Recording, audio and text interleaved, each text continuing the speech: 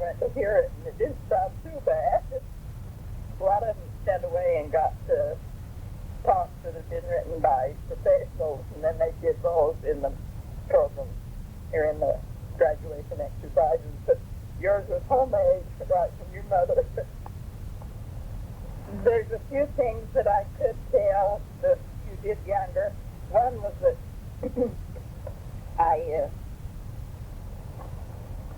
always wrapped you up good at night when I put you down, and you never did kick out. You was a real good little sleeper. And Herman bought this purple plaid blanket from the Dust Pew he was selling to the Utah Woolen Mill. And he brought it home, and I said, we'll give this lovely blanket to Cray in his crib, and just put it under him and over him, and then have his little blanket, his little soft blanket tucked around him. And so that's how you slept all that winter, and for several years you had that blanket, and I'm still using that blanket, and it isn't worn out. It isn't ragged at all, and it looks pretty darn good, and it's really been a lot of hard wear on it, but it's held up. And you used to wake up so good-natured in the morning. Now, I know Wiley boy was using that crib, and it was passed down to you from him. He shook it nearly to pieces. He'd stand up about 4 o'clock in the morning, and he'd shake that crib until it was all apart. And his dad was a pretty good fixer-upper with some wire and a pair of pliers, and so it held out pretty good. And I think both you and Geff, and I think Sandy Lefever had it for a while before it was finally discarded. But you'd wake up so good-natured in the morning. You didn't wake up crying and fretting. I'd just look at you and you'd smile and be so good, and I'd get you up, and you were so cute as a baby and good-natured. But one thing I was going to tell you about you kids running away so much, you go everywhere. We would lose you, and you just go everywhere. I don't know whether I told you about, or I don't know on this tape whether I told about having to finally tie you up to the apple tree, but I decided I had so much to do. Excuse me. And none of the kids were home. They got on something for school, and I just had more to do than I could do and chase you. And so I decided I'd put on your toys, and you left the best out under the shady apple tree, right in the yard, and I could see you from the window. And I had the window up where I could talk to you from the kitchen window, and I put your toys there. But I would also put a little strap, a rope, quite a long rope, from the back of your galluses and tie it to a branch in the tree where you couldn't run away, but you could play. And I knew you was real comfortable, and sometimes you'd play there for hours anyway by yourself. And I just tied you up. And when you found out you were tied up, you screamed and screamed until you could wash your sweat before I could get you outside. And I had to try that trick again. You and Dennis became such a problem of running away. You go clear down to Gila Shumways in the lane, and then you'd go to Huffwinch's, and you'd go over to Axe's and in the wash, and down the wash, and I don't know where you didn't go. You went down to all the stores. We'd find you in one of the stores, and the kids got so they hated every time I'd say Craig run away, and they'd say, oh, I don't want to go hunting. We don't want to go hunting. Because I'd always say, you'll have to go find him. And you went clear over on the T-Hill. All along, you and Dennis talking over there. And so I said, I don't know. Those kids go clear way over there. I don't know what to do. And Dad says, well, he says, I'll scare them. So he said, I wouldn't go over on that hill anymore if I was you kids. He says, there's Side Hill galoots over there. You wondered what a Side Hill galoot was. And he told you, says it has 2 short legs on one side of its body and 2 long legs on the other side. It just keeps going round and round the hill. It's the top of the hill, the short legs are on, and the bottom of the hill, the long legs are on. It just goes around and round. He said, they're dangerous. I wouldn't go over there. And he said, you just not better go over there anymore. And he thought he had your buffalo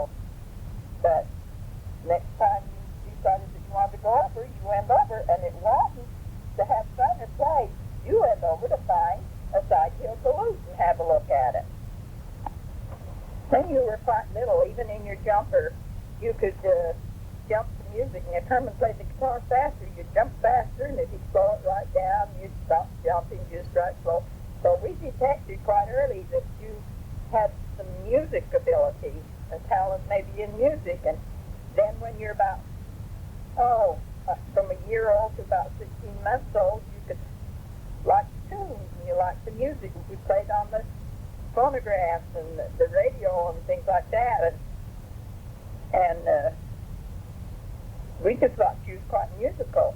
And Herman started to sing songs and teach you songs. And you could sing when you was real young, before you could even see him playing. You could sing the popular songs. And you could hardly tell all the words, but you'd sing Cruising Down the River, oozing down the river on a Sunday afternoon, you know. And my relief study teacher came in one day, and I remember one of them was Irene Muston. I don't know who was with her, but I asked if you'd sing for him, and you said, yes, or you did. You said, all right, and he sang it, and they said, oh my goodness, how old is he? And I remember saying, well, he's 16 months. But you could sing young. And then all kids, the high school kids, used to know that you could sing, and they'd all say, sing a song for me, Cray, sing a song, you know, till you got tired of singing, you didn't want to sing. But we knew you had some music ability, so along with Olene's lessons, we let you take lessons on the piano. We decided maybe we would try and develop that music talent. The other kids said they didn't want to. Gail said he didn't want to take any lessons, and Gary and Lyle said he didn't want to. And so we decided we'd give you music lessons. And you took them from Jenny Lefevre. And I used to worry because sometimes she'd say, keep your big foot off of the pedal on the margin of the piece. And sometimes she'd say, hold those arms quiet, you know. And things that I thought, well, he's not doing very good. She has to keep putting these corrections on the side of these papers. And I had a hard time getting you to practice because Dennis started taking lessons, and then he'd chickened out, and he'd come down here and stand for you to go play, and you had to take your lessons. There do you so much piano practicing for a long time before you could go play. And so it was kind of hard to hold you right down to practicing until you'd practice enough and could go with him where he wanted to go. That was when he was a little bigger. But finally, it got to where we decided that old piano, you was doing so good. Jenny said you was her best student. She said, oh, don't worry about him. She said, I just wanted to help him when I put that on there. But she said, he's really my most talented student on the piano. So she said, oh, don't ever stop. I said, we thought maybe we should stop Cray, that he wasn't doing good. And she said, oh, don't ever stop him. He's got talent at music. She said, he's just really good. But she said he wants to play music like he wants it instead of following the notes instead. And then when he got a little older, you wanted to play popular music and things, and she wanted you to play classical music, and I think you had a little hitch there with her. But you did all right. And you played it pretty good until one day you pulled out and didn't want to play it. And you know the story about that because you're old enough, but I was really glad when you came back and played the piano after that, and I knew that it was part of your life, that it got close to your heart, and that when you wanted to, you'd play it. And we got a new piano, especially for you. That was after Olene was gone. And we bought the new piano just for you because we thought you was doing so good, and Jenny was happy when you got this new piano, because the other one was just a used piano we got in auction, and Olene was little to start her on music lessons. As you came along in your deacon and primary work, you was very faithful and studied and learned your things and passed off your things in primary on time and had your certificate. And you had your ordination to a deacon, and you was a little faithful deacon and all you were supposed to do. And then you was a Boy Scout, and you got to be a Star Scout. Then things happened in the Scouts that kind of put you out of kilter with it. I don't know just what happened. I I was kind of put out. Maybe it was my fault. But there'd been mumps around in the school and things, and you hadn't had them. Some of the kids had had mumps, but you hadn't. And they're going to go over on one of the mountains. I think it was down by Circleville, and for their scout trip and stay several days. And you weren't quarantined for mumps. You didn't have any sign of mumps, but you hadn't had mumps. And on the way, I fixed your lunch and everything for all these days and gone to the expense of buying extra food and everything for you. And you and Dennis was going to go kind of together. You had your sleeping bags, and you kind of put your lunches together. And, you know, like you bought bacon, one of you bought bacon, one of you bought eggs, and that's for both of you. You know, you kind of planned what each one would bring to supplement the other grub box, the grub box for both of you. And then you had your own personal things, what you wanted, your own treats and things in this box. And Lyle Lefevre was the scoutmaster. And they came and got you early in the morning and took your sleeping bag and your grub box and you and everything. And I said to you, you better tell the doctor that you haven't had mumps. And I said, I don't know what you do, Cray. I thought not let go. I said, what if you go up on the mountain and come down with mumps? And nobody wanted to bring you home. What would you do? And you said, oh, you felt good. You thought you could go for 2 or 3 days. And you didn't know that you'd even been close around them. But when they told the doctor over there, you had to stop and have your physical examination before you could go on up, stop in Panguitch. And when you told the doctor you hadn't had mumps, why he gave you a real thorough examination. He said, well, maybe you better not take him because one of his ears looked real infected. Well, you hadn't had any cold, and you never did have earache with it, and it never materialized into anything. But they left you in Panguitch, just on the street or in the, and thinking somebody would bring you back home. Oh, surely you can catch your ride back home from somebody because people's always coming over here. Well, I thought she was up on the mountain having a good time with the boys, and I was happy about that. About 12 o'clock at night, I heard somebody coming in, and I said, who's there? And you said, it's me, it's Cray. And I said, Cray, what are you doing home? You said, they wouldn't let me go. And I said, why? And he said, the doctor said I had a little bit of redness in one of my ears, and I might be getting mumps. And I said, well, I don't think you are. I said, come here, let me feel if you're feverish or anything. You didn't seem to have a bit of fever. I said, did the doctor take your temperature? Yes. Did he say you had any fever? No, he said I didn't. But he thought my ear looked a little red inside. And I said, well, where's your strap box? He said, oh, they wouldn't unload it for me. And I said, where's your sleeping bag? Oh, they took it too.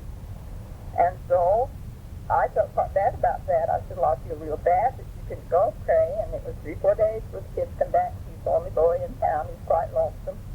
And when they came back, we never did see a thing of his food. We never saw his grub box. We never saw his sleeping bag. Nobody knows. Everybody we asked, well, I think so-and-so got it, or I think they unloaded it down here, and we'd go down there, and we never could catch up with those things again. And then I just kind of said, well, I really don't care whether you're going anymore or not. He kind of flubbed out after that.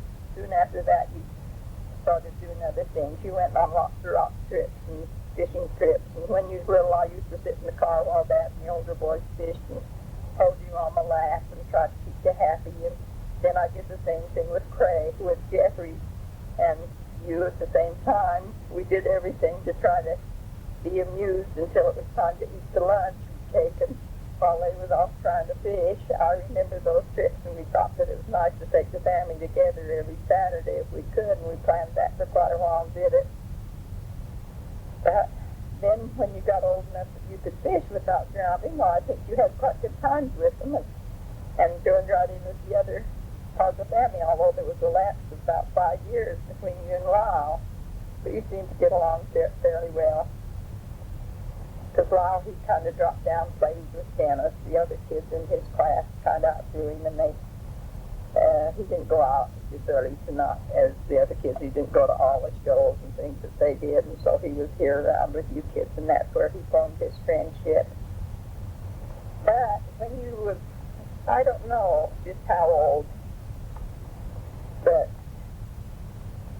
I think the Relief Society was having a excursion to the temple, and I was wanting to go, and Herman was going to be here on that Saturday. He had Saturdays off, and he could be home. He'd come home Friday night, and then he'd have to go back either Monday morning early or Sunday night.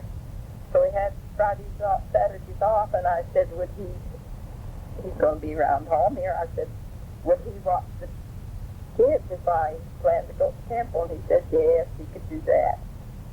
So I planned to go, and it was during that time that the trouble came. When I got back, a day or two after I got home from the temple, Irma came down, and she was just fuming. She was really mad at James Mustin because he had come and accused Dennis of shooting out street lights and was going to take him to court. And they shoot him out with BB guns. And I don't know whether Lyle shot any out or not. He wouldn't own up to it to me when I questioned him, but he said Dennis had shot quite a few out, and Dennis said yes, he shot quite a few out. I didn't think much about Cray, but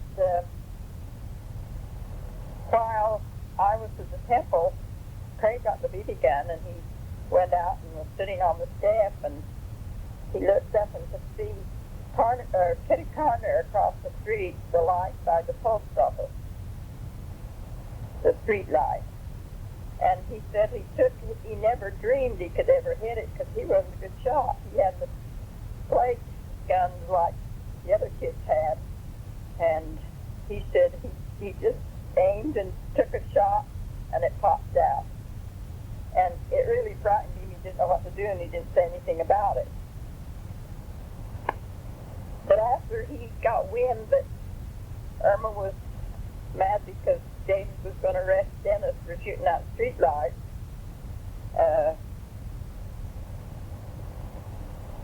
I guess Craig must have felt quite guilty inside, and I think he must have told Geff not to tell or something. I don't know just what they did do.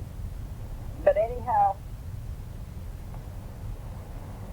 I didn't ever think that it was Cray. I never even dreamed that he was the one that had shot out the lights there at the post office. But there was others that had been shot out. And so I didn't question him. But Geff seemed to worry about it. Geff took on a lot of worry. And he kept saying, well, what will they do to Dennis if they take him over to the Juvenile Court? I said, well, they'll either fine him or they'll scold him or do something. I don't know. They'll correct him some way if he's guilty, and if he isn't guilty, well, I don't know what they'll do. And they'll have to find out who did it. And Geff had waited a little while, and then he said to me, well, what would they do to Cray if he did it? And I said, well, I'd do the same thing. And he just kept kind of giving little hints, and that maybe he said, but if you just not very far away and didn't think you could hit it, and you did, and it surprised you, would they still arrest you? And I said, I guess. You should never point at a street light. They don't belong to you, and it's ruining somebody else's property if it belongs to the town. And I said, just as bad as if you went in a person's house and shut out the light. And every once in a while he was worrying for a day or two. Pretty soon I kind of caught on. I thought, golly, I wonder if Cray was involved in it. And so I said, Cray, did you by any means shoot out the street light over here for the post office? Did you go over there and shoot it out? And he said, no, he didn't go over there. And I said, are you sure? And he said, I didn't go over, but he says, I was sitting on the steps, and he finally owned up. He said, I didn't think I could ever hit it, and I just shot one shot that went out. He said, it surprised me. And I said, why didn't you tell James Munson? And he said, well, I guess I was scared to. And he didn't know what I'd do and what James would do, and he just kept still. But it was Geff, a detective work or whatever you call it, I guess, his anxiety that put me on the Cray. And so I said, well, you know what you've got to do. I found it out on a Sunday night late. And I said, in the morning, you've got to go up Cray. And James Munson was the janitor. And I knew if he went up early enough, he could find James Munson there, and because he'd be there early and the other kids wouldn't be around, and he could go up and tell him that it was him that did it, and take money up to pay for the light bulb, and tell him he was sorry that he hadn't come and told him. I said, can you do that? And he said, yes. So he's kind of reluctant to go, but I got him up early the next morning, and he went up. And when he came back, I said, what did James Munson say? And he said, he's glad I come and told him, because that was facing up to what you've done. And he said, but it was still something bad to do, but he said he couldn't accept the money because it was Earl Jolly that was the one that took money for fines and things in the town. He was in one of the officers of some kind in town. And he said, you'd have to see Earl Jolly and see how much you have to pay for a light bulb and street light bulb. And so I told him, I said, well, tonight, then after school, you'll have to go down and talk to Earl Jolly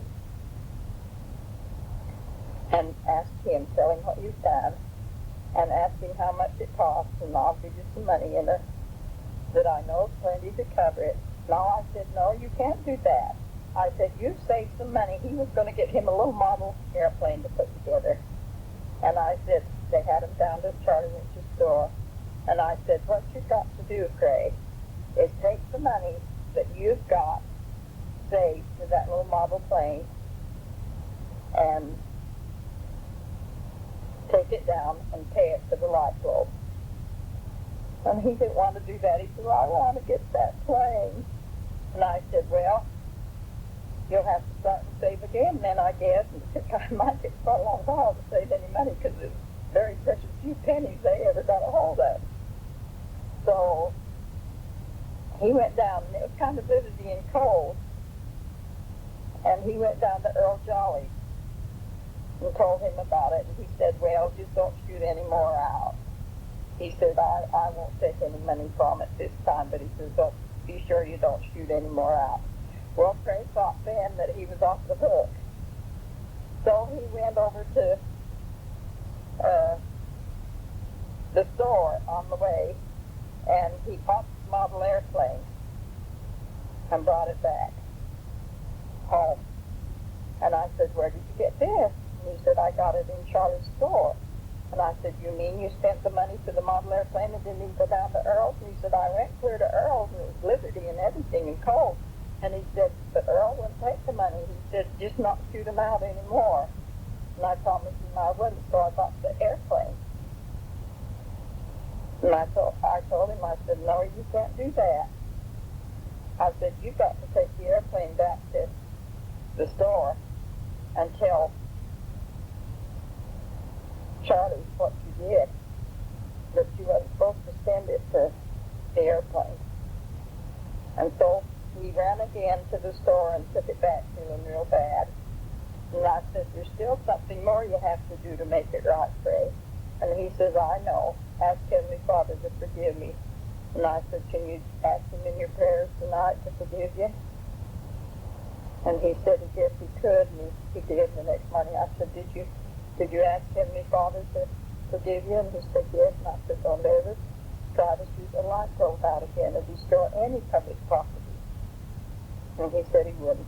But that night, James Munson came, and he said, since Dennis had been guilty of shooting out numerous ones, he felt like he had to take him in. And he said, since Cray says he shot one in, I can't very well take Dennis in without taking Cray in. And so Cray had to go to Juvenile Court, and I had to go with him. And I felt quite upset because there was a funeral down to Cannonville, a relative of Herman's that I really thought I ought to go down to. And I couldn't go because it was the same time. Well, we sat there and sat there. And what I knew waiting for him to go in and see the judge and confess and talk it over, and well, we did. He said, he talked to Cray and he said, how would you feel if somebody came to your house and shot out your light bulb? Would you think that was right? And he said, no. And he said, why do you think it wouldn't be right? And he said, because it wasn't his light bulb, it belonged to me. And he said, that was the way it was in the town. The light bulb didn't belong to you. You had no right to shoot it out. You was breaking the law. And he said, do you know that those are the kind of things that put people in prison after a while if they don't stop them? And Cray said he didn't know. He guessed. And he said, well, if I don't find your or anything this time, he said, could I depend on you to, because on the warrant it said, you know, for arrest it said the delinquent child of Herman and Zora Bell. Well, Craig was anything but delinquent. By that time, there wasn't a kid in town that came straighter home from school. There wasn't a kid in town that got his schoolwork any better. There wasn't a kid in town that had 100% attendance to primary and Sunday school and sacrament meetings. But Cray, you know, is better. They couldn't have been better because he had 100%. And so it didn't make much impression on Cray because he said, the judge said, well, do you think you could start going to primary? And he said, I always go. He said, you think you could go to Sunday school? And he said, I always go. And he said, well, you just keep going. And then he you know, kind of touched himself and he said, I won't take any fine money or anything from you, but this is the first offense. So he said, don't ever do it again. And we came home and I thought, my gosh, Cray sure went through a lot of paper. That if I'd have known it, I'd just let James Munson arrest him and take him in the first place. But he suffered a lot, and it took him quite a while to finally get the money enough to pay for that little claim that he wanted. He was a tickled little boy when he had saved enough, and I think I gave him a few nickels for doing little things for me to hasten it up a little bit, unbeknownst to him. But he got his little model airplane finally, and I don't think he ever shot any more out. The thing that I really felt bad about is that it made a court record on Cray's name. And I guess he deserved it, I don't know, but I didn't think he was too guilty after he repented. I thought, what good is repentance if it don't work? And I thought all through the years, even when he got to going in the service or anything, they'd look back over his record and find out that he'd had a Juvenile Court record. And that's what made me feel quite bad. Really liked that. Well, another thing, Herman was the one that was supposed to be watching him and taking care of the kids that day. And he went back to Grand and didn't know anything about it. He went back for 2 or 3 weeks, and I had to take all the rough of it. But I guess I was kind of stalwart in those things and could do it. I don't know. I seem to have to. When Cray was a scout, and we had the sunrising ceremony for the 4th of July, and the scouts did the court of honor and raised the flag. We were all down to the square of the public place. It's a park now, and they wanted one of the boys to give a talk, patriotic talk, and Cray was the one they chose for that. So he had the honor of giving the patriotic talk at the sunrising ceremony when he was Boy Scout. And he did real fine. I was so proud of him. And I've always been proud of him. He was a good boy to raise because I never ever worried one night where he was. He was home here and he went to bed early. And I could have set my clock for the way he came home from school all during high school, all during most of his grade school. Just about 2 or 3 minutes after time for school to let out, he'd come bounding up the front steps. And he never gave me any trouble. He didn't take up smoking or drinking or use foul language. I don't mean to brag on him, but he was a good, clean young boy. And I felt like he was ready to go on his mission. And when he went on his mission, the bishop told me, he says, it's just a joy to help somebody out with their mission. You know, he got him all the questions and things you have to ask. When they're clean and pure and can answer the right answers that they should be able to answer to all the questions you have to ask them. And he said, your boys have been able to do that. And he said, I know they did it honestly. That made us feel very happy. And we've always thought Cray was a real fine son. We've been so pleased for him and feel like his life was spared several times. We love him very much, want him to know this. And there is one mistake I know I made. I made quite a few. I think when it was Grandpa Pollock that brought Cray home from the hospital. And it was Herman that brought me home when Geff was a baby, because it was when the airplane had wrecked up here on the mountain. I remember Herman saying, be sure and don't turn your head the other way when we go past, because he says it's still pretty gruesome looking out there. And he said, I don't want you to see all that. And then we came on down and Herman helped me get into the basement and that. Sometimes I said in the kitchen here, because I meant in the basement, because my mind was back visualizing when the thing was taking place in the basement. But you'll all know what was the kitchen and what was the living room and that, because it all took place in the basement except Jeffrey's birth, and that was when we were up on the top floor here. Now I'll just turn this tape over to Olene, and she can do whatever she wants to with it. I'm sorry that it's so mixed up, because I taped over it. In a mistake, I taped one whole side practically over, and I couldn't remember what was on it, and I couldn't get it off. I had a hard time. I only had one recorder, and so I couldn't record back and forth very well, and I know I've left some out, and it's some before it should be and after, so. But I think most of the information that I wanted on it is there.